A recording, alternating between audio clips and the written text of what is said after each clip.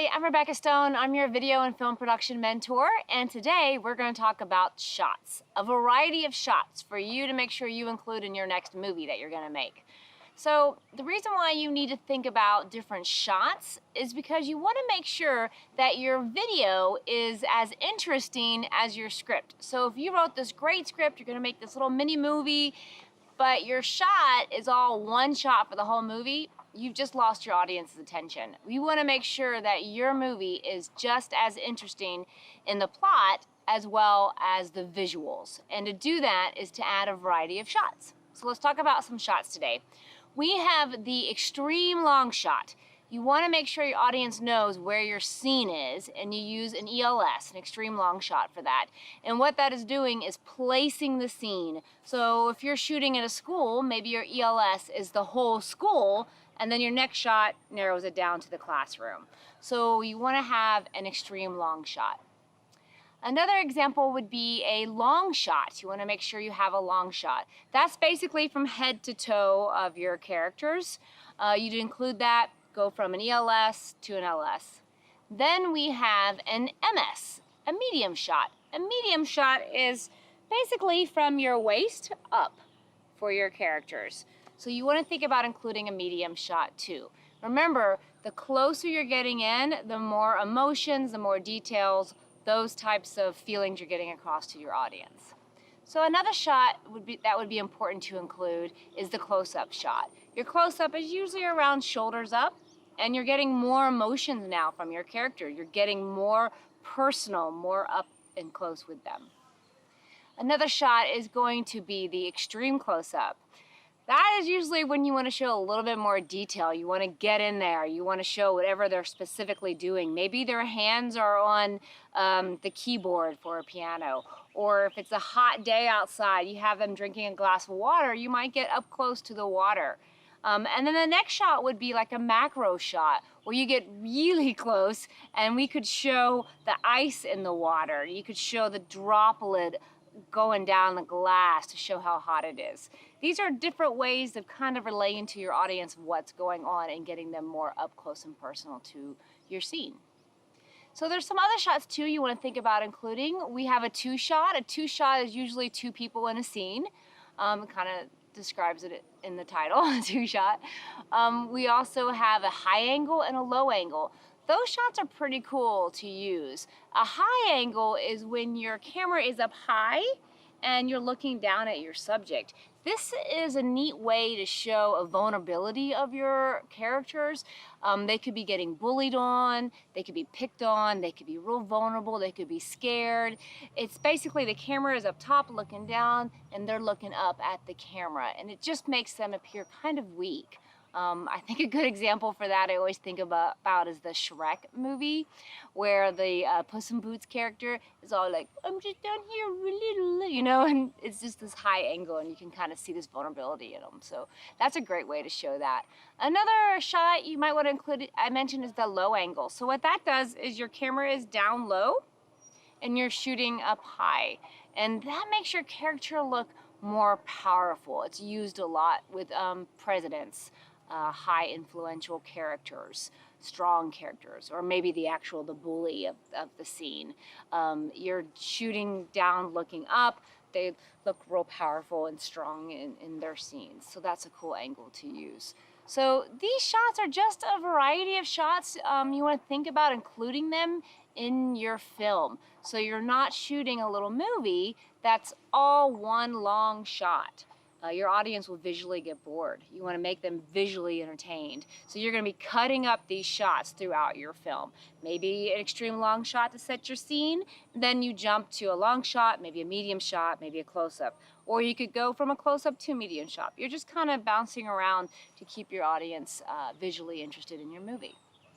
So these are just a couple shots. There are a lot of shots out there. We'll cover some more in some future workshops. I hope you'll give them a try.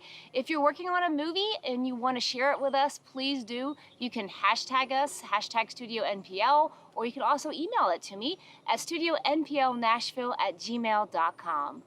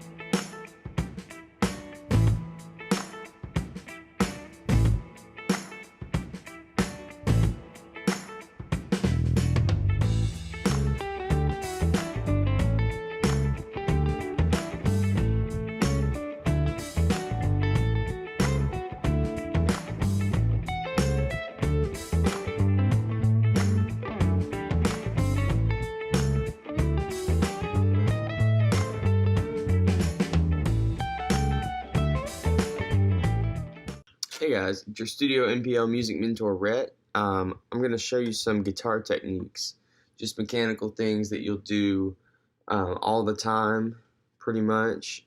You can do them anytime on your guitar, and just practice them. Don't worry about what it sounds like. Just do the mechanics. So the first thing we're going to talk about is sliding. That's pretty common. You can slide a whole step, which is just 3 frets, whole step, half step. So you can slide, it's a pretty universal technique. You can do a lot with it. Next, we have pull-offs. Makes sense? Pull off. See, I'm here, I pull off. I've got that one plugged. Same string.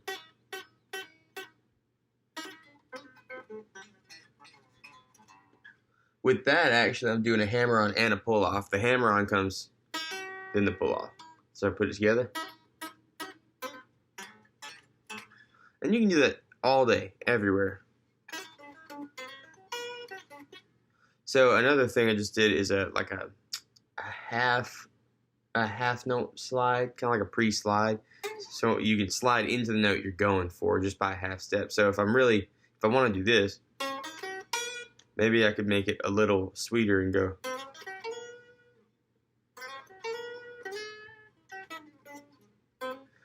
So another thing you can do is a bend. Instead of sliding up to this note, you start a whole step down and go.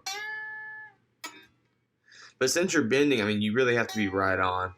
I'm not always right on with my bends. So an exercise I like to do is okay, go find this note.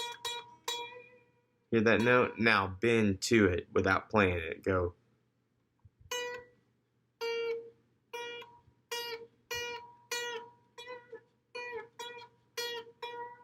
It's kind of hard.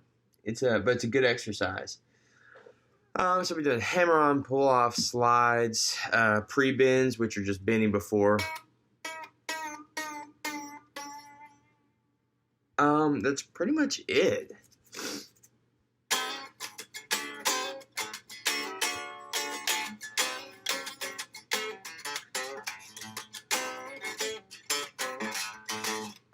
So that's pretty much it. Practice these techniques, hammer-ons, pull-offs, slides, bends.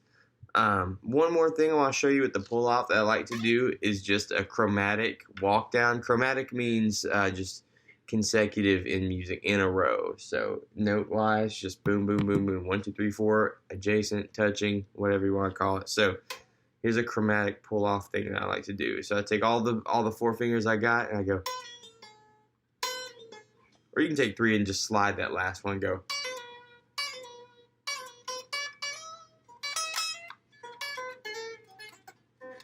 So don't forget about the right hand too.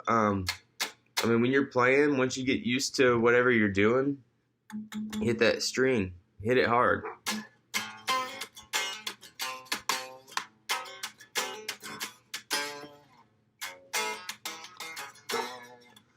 That's pretty much it.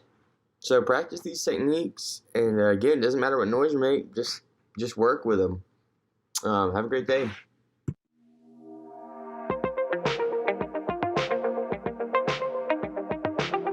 Since the beginning of time, the forge has been used to create tools and weapons. This coal-burning forge is a portable or rivet forge.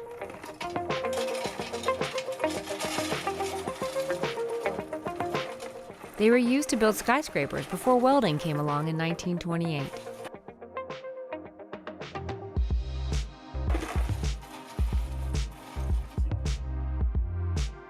The small fire is started in the center of the forge, called the fire pot.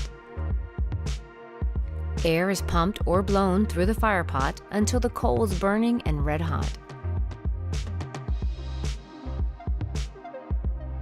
The metal is placed down in the fire pot and heated with the air and fire until red hot. Then the metal is struck with the hammer and anvil.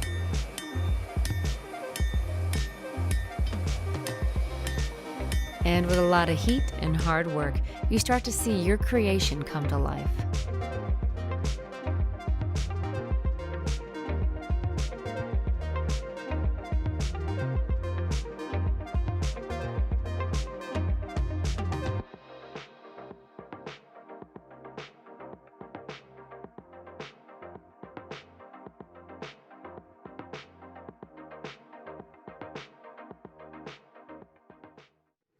Hey everyone, this is Seth. I'm a mentor at Studio NPL.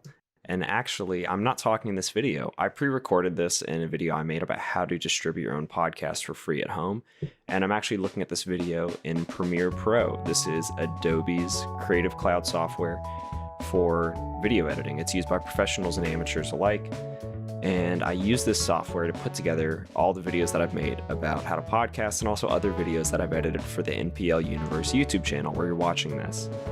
So to give you a quick rundown of this software, in the top right corner, you have the video that I just showed you. This is a preview of all the clips that I've edited together. You can see all the clips that I've edited together on my timeline down here in the bottom right. Over here in the bottom left, these are my project files. So this is all of the raw footage that I've captured, whether it is me talking to the webcam or later on when I was capturing footage of me going through and demonstrating different websites and tools that I found. Even the music that I've used in the video is down here. And if I want to preview any of those before putting them on my editing timeline, then I can look at them in the top left. Back to the bottom right in the timeline, down here you can see it's divided into two halves. I have a top half of all my video channels, a bottom half of all my audio channels. In the video channels, you have video of me talking. That's the blue blocks. These pink blocks are actually graphical overlays. So right here I have text in the video, and that's put on the timeline with these pink sections. And then also I have purple sections, and these are my screen recordings. So if I go there, you can see me demonstrating the screen, and that's what this purple block does. So what I'm going to do is show you how I constructed a couple different segments in this video. One being just taking your footage and cutting it together like these small clips. Another one being taking graphics and applying motion to them, like right here. And then finally, toward the end, I use screen capture of me demonstrating how to walk through one of these services, as well as video of me that's made smaller in the bottom. I cropped both of these, so I'll show you how to do that. And then also I had a graphic at the bottom to show you exactly what website I was using. So I've made a new timeline right here. I'm going to show you a couple different things that I've done. First is that I am going to go to my project folder. I'm going to grab one of these video clips that I recorded and bring it over here. Now you can see in this audio that's recorded alongside the video, it's actually linked to it. They're the same color, so whenever I make a cut on this part, it's going to cut down here as well. You can unlink them to make it where they don't cut in case you want to have audio weaving between clips or something like that. But using the timeline to screen your footage is useful to me because I recorded a couple different times in this video, and I think I would mess a word up and stop, and then a couple seconds later start again.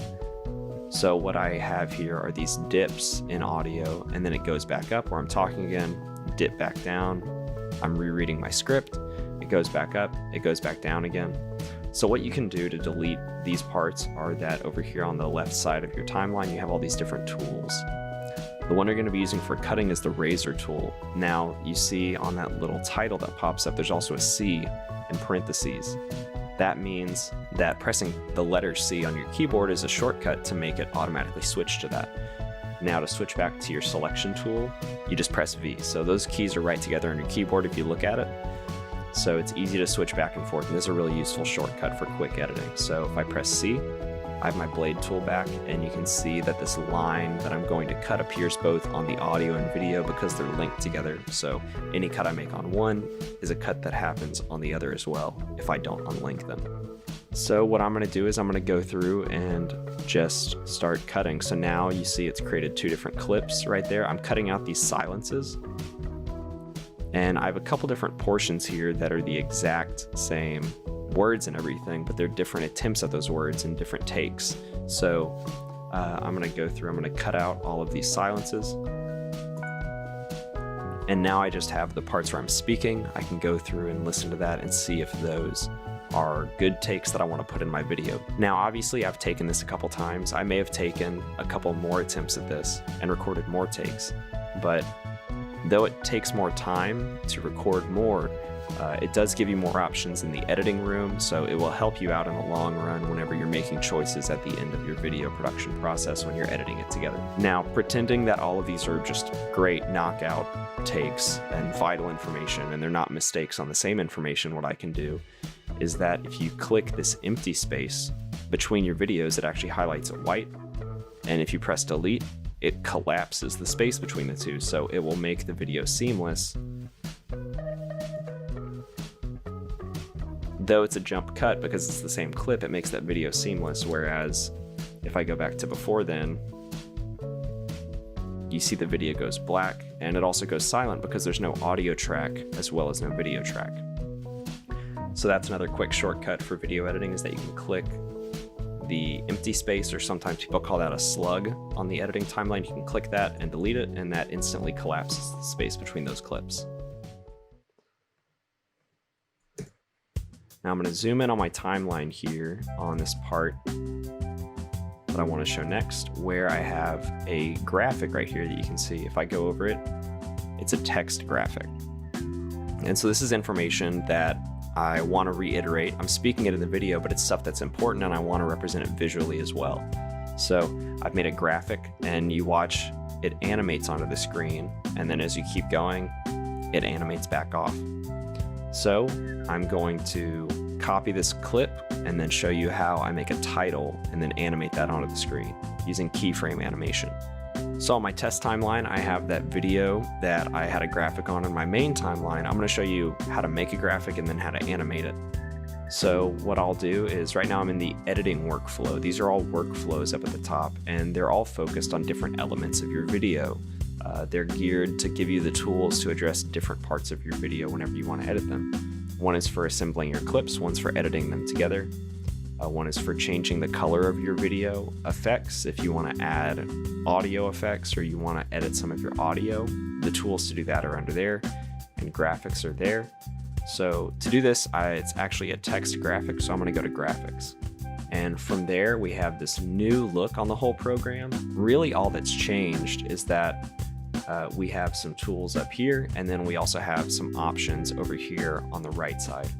What I'm going to do is click this T. That is a typing tool. You can also switch to that with the shortcut of the letter T on your keyboard.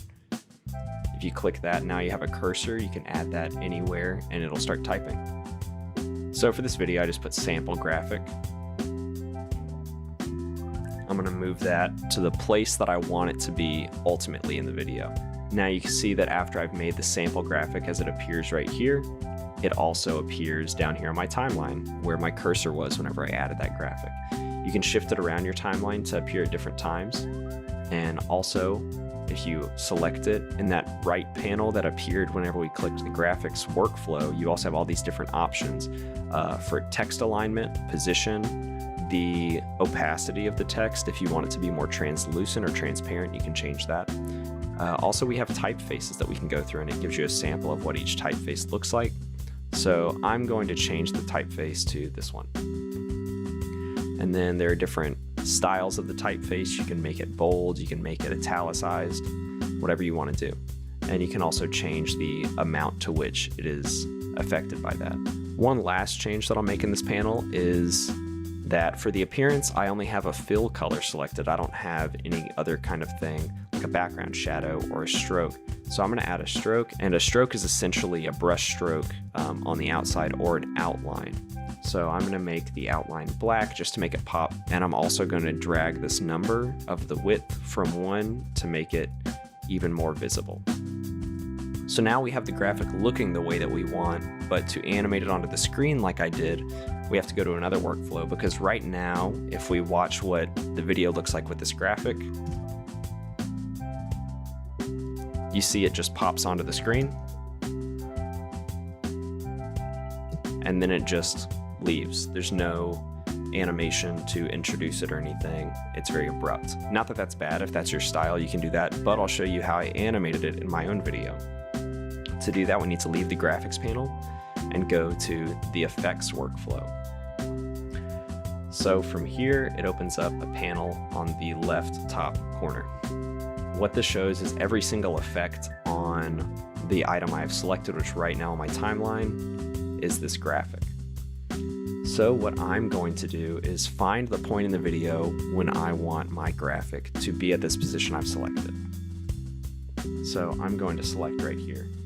Now what I want to do is go to position, and I want to click this toggling animation, and what it does is that now it has highlighted this blue triangle which means that at this frame, it will be at this position. But if I don't change its position in another frame, then it will stay at that position forever. So what I'm going to do is go back and go into the first frame of this. And now what I will do is change it to where it comes from, let's say, the top of the screen and then scrolls down.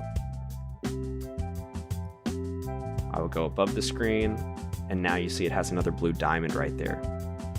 So now watch what happens whenever I start this clip. So what it did is that it shifted from the position I selected for the first frame, and in the duration of the time between the first position I selected and the second position I selected, it gradually shifted, and it shifted evenly to scroll there and back. So what I'll do now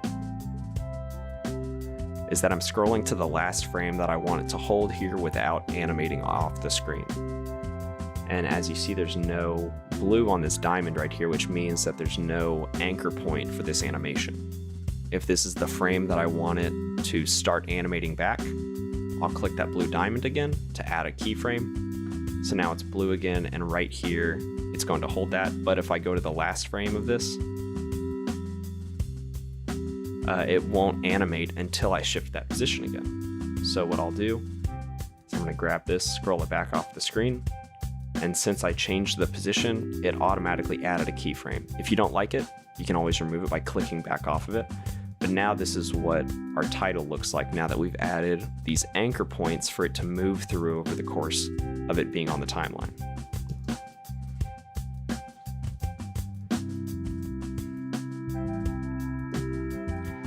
And so you can go through and tweak the exact number of frames for the animation to make it more consistent, or maybe to make it more fluid. And you can always make it shift throughout the video. It doesn't have to shift just on the screen, back off the screen.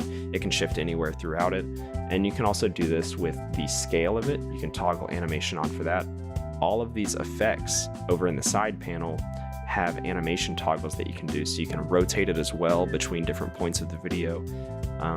And all of these animations depend upon how long of a duration you put between anchor points and keyframes. So that's how you simply animate text on the screen and back off the screen in Premiere. So now I'm back on the main view of my timeline from the video that I made. And I want to show you one more portion of this video and how I put it together. So the beginning half of the video is mainly me talking to the camera, but the latter half is me demonstrating how to go through signing up for one of these tools and using it to distribute your podcast. And so I've highlighted one. You can see on the preview window right here that there are three main components to this frame. The first being me talking to the camera like normal, only now it's not taking up the full frame, it's taking up a smaller portion. Another component is the screen capture of me using this website. It's a live screen recording that I use. A lot of laptops come with screen recording tools that will record whatever goes to its display. And then at the very bottom, I also have a text box, another graphic like the one that I just showed you. Only this one doesn't have animation on it. This one stays on the screen the whole time and remains static, just to show exactly what tool I'm using in case people want to go and find that themselves. So I'll show you how I put these components together and the ways that I was able to manipulate the footage. All right, so I'm back on my sample timeline, and what I have is the three main components that I use to construct that sequence in my other video. The video of me talking to the camera, I have a screen recording right here, and that's me demonstrating how to use the website that I was showing. And then I also have sample text, which in the case of the video showed the exact name of the website I was using, but here it's just text. But I'm going to show you how to manipulate all of these to construct it in the same way that I did in that video. So first of all, the screen recording of that website is actually humongous. It overflows past the actual video frame. So what I need to do first is that I need to make it smaller so that you catch everything you need in the video frame. So to do that, what you need to do is go to effects. This is going to be similar to when I was animating that text box, but in this one, what I'm going to do is I'm going to have to scale it down. Right now it's at 100% scale, which is bigger than the video frame that we have. So I'm going to shrink the scale. So now we have the whole screen capture. So now that I've scaled it down, I'm actually going to toggle off the sample text little graphic that I have right there to make it simpler. So as you can see in this video, I also have the entire screen capturing, which means I have the top of my screen, things off to the side that aren't really important. So what I need to do first is that I need to crop this video. And that's going to be over here in this effects panel to the side. You have a library of different effects, and I believe under transform we have a crop. So I'm going to take this video effect, I'm going to drag it onto my video on the timeline. And so after I do that, you see in this top left panel, you also have a crop effect now pop up that wasn't there before. So what you can do is you can drag all these numbers or type in exact percentages if you want to of how much you want to crop off of each side. So I want to take a little bit off the top. You have to be careful. And of course you can always make the preview window bigger so you can get more accurate cropping. So I'm going to crop each of these dimensions and I'll be back in a second. So now that I have the website roughly isolated on the computer screen, what I'll do now is that you can change the position of it. So you can change this to adapt to where you want it to be on the screen. You can change the scale to fill up the entire screen. And I'm also going to make it go to the top.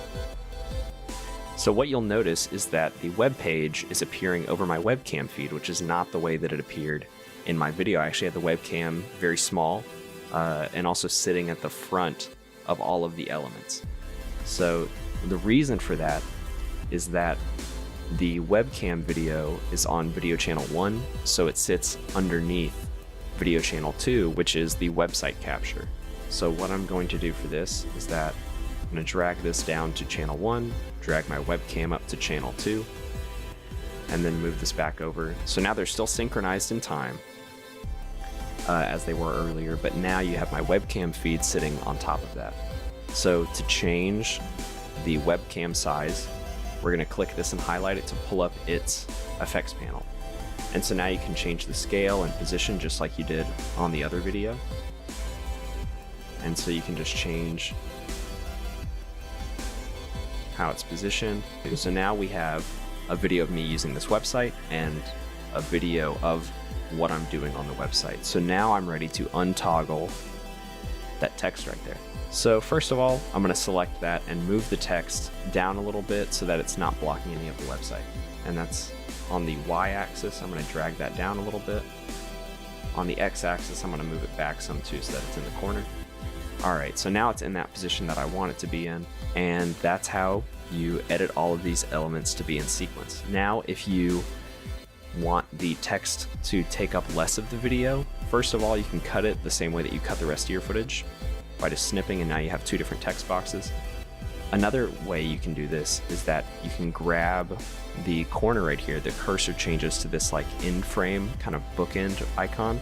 You can grab it, drag it in to make it shorter, or you can drag it out to go on forever.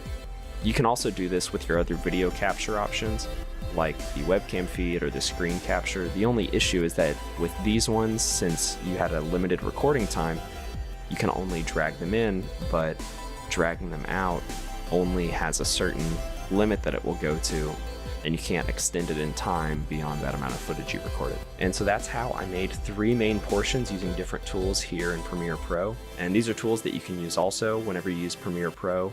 If you're interested in learning more about Premiere Pro or other video editing or creative softwares, you can do that using lynda.com, which you have access to their tutorials through your library card. Thanks for watching, and make sure you check back on NPL Universe for more tutorials on video editing and all kinds of other things.